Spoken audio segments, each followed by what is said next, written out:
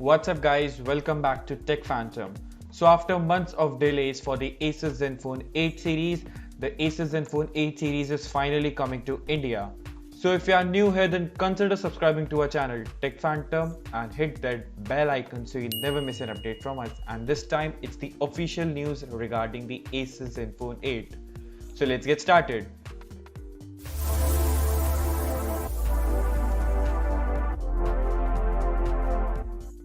The ASUS Zenfone 8 mini website is almost official on the ASUS's official website. You can also find that card in the link in the description below.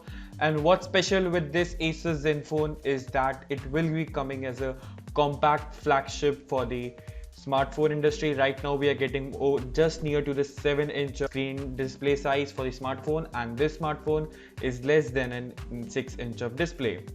The Zenfone 8 mini features a 5.9-inch of a 120Hz AMOLED display with a high refresh rate of 120Hz.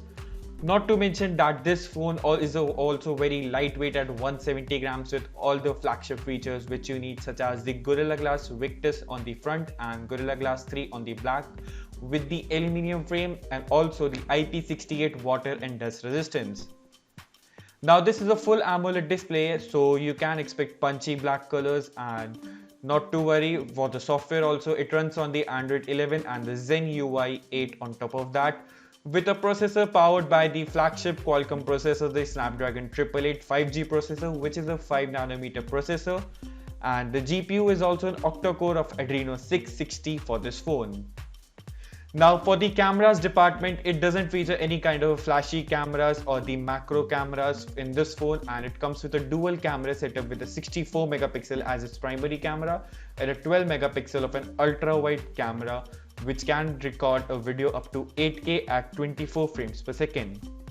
For selfie lovers, a punch hole selfie camera is there for 12 megapixels with an aperture of f2.5, and it can too record videos at 4K up to 30 FPS.